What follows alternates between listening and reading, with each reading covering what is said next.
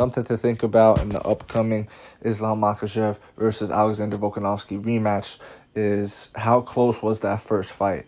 Now, I get what you're going to say. Volkanovski won that fight. Yeah. But was it only viewed as close because of how bad we expected Volkanovski to lose? You get what I'm saying? Was the only reason we viewed that as close because Volkanovski is the guy coming up in weight? He's a great champion down at featherweight by all means, but now he's coming up and fighting Islam Makachev, the heir apparent to Khabib Nurmagomedov, the prodigy of that group. You know what I mean? Like, this guy he's supposed to be him. And Volkanovski went in there and had a good close fight, to the point where I would even say that Alexander Volkanovski won that fight. I'm one of those people. I thought when Volkanovski had his back taken and he's hitting him here, it becomes one of those things like, okay, yeah, Islam has the position on him, but Volk is doing more damage in that position, and like he's not really in danger of being submitted at all. So I thought Volkanovski won that fight. I thought Volkanovski, he had his home crowd there. I just think that might have been the best we could see. You know what I mean? I just think Islam being who he is and who he's supposed to be, I think now that the tables are turned and he's in Abu Dhabi now, I think all the motivation in the world is cool for Volkanovski, and that is a factor you have to look at, is how much more motivated for this fight Volkanovski will be, you know? But then again, Islam, same way. Islam could be looking at this as revenge night. Islam, if you watch the first episode of The Embedded, Islam was talking about how it's going to be a celebratory victory. Like, everybody's going to be there supporting him, and people just think in his camp, like, it's foregone conclusion pretty much, you know? So, who knows? I just don't see it being a storybook ending for Volk. I see it more towards Islam, if anything were to happen.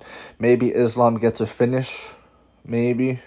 Even if it does go the distance, I feel like you have to give it to Islam as well, just because of his positional control and his ability to do that. Let's see if he'll do that again in this fight. I think Volkanovski working with Craig Jones is one of those things that's a big X factor for this fight, because of the way he was able to use jiu-jitsu to get out of certain positions from Islam Makachev was very well done in the first fight, and he could build off on that.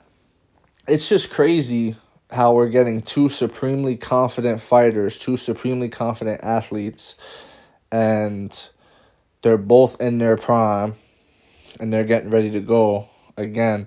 It's so hard to like put on the prediction hat and just make a call. It's almost impossible to do it. But if I had to, I think I'm going to go with Islam this time. I just do. I think the magic will be more there for him, like it was for Alex that first night. The magic was there. He's in front of his home crowd.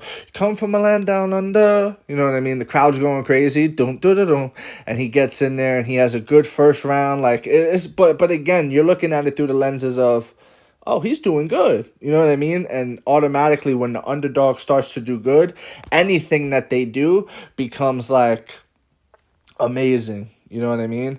For example, we've seen John Jones in there, dominant champion, but we've seen him in there where he wasn't as dominant, like against Alexander Gustanovsky, I almost called him. Alexander Gustafsson had him in that first fight, but if you really watch that first fight, it's like, you would think the way people talk about it, like he dropped John Jones a few times, he didn't, you know what I mean? Like, I remember watching it live, and I was just, it was one of those things where it could have gone either way. It was close, but because people wanted to see a new champion, because people had those lenses on, oh my God, he just took down John Jones. You know what I mean? Like, that was crazy. Hindsight is 20/20, but in the moment, people, go over, above, and beyond, and they overreact to the moments by the underdog. You hear it all the time.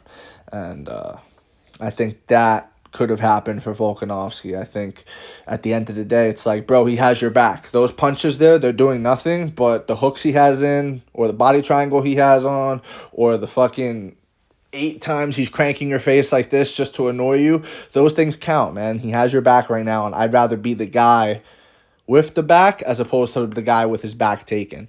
You know what I mean? Regardless if you're landing these punches. That's just the reality of the situation. So how good did Volkanovski do really? Did he do good enough to convince you that he's going to go out there and smoke Islam Makachev, the heir apparent to Khabib Nurmagomedov? You know what I'm saying? The gem of AKA? That's up to you to decide. Me personally, he has not. I think it was a magical first fight. That's all it is. In the second fight, I'm going with Islam Makachev. I think, you know, he gets it done, period. I'm not going to say he finishes Volkanovski. That would be insane if he did, though. I don't think he will. Again, that would be fucking mind-blowing if he did. But I think he'll be tough enough. Decision, Makachev again. Or maybe a draw. Maybe a draw, because it should be a close fight again in these things. So that's my take. Let me know if you agree, disagree. It does not matter. Just join the discussion, and please follow for more. Thank you.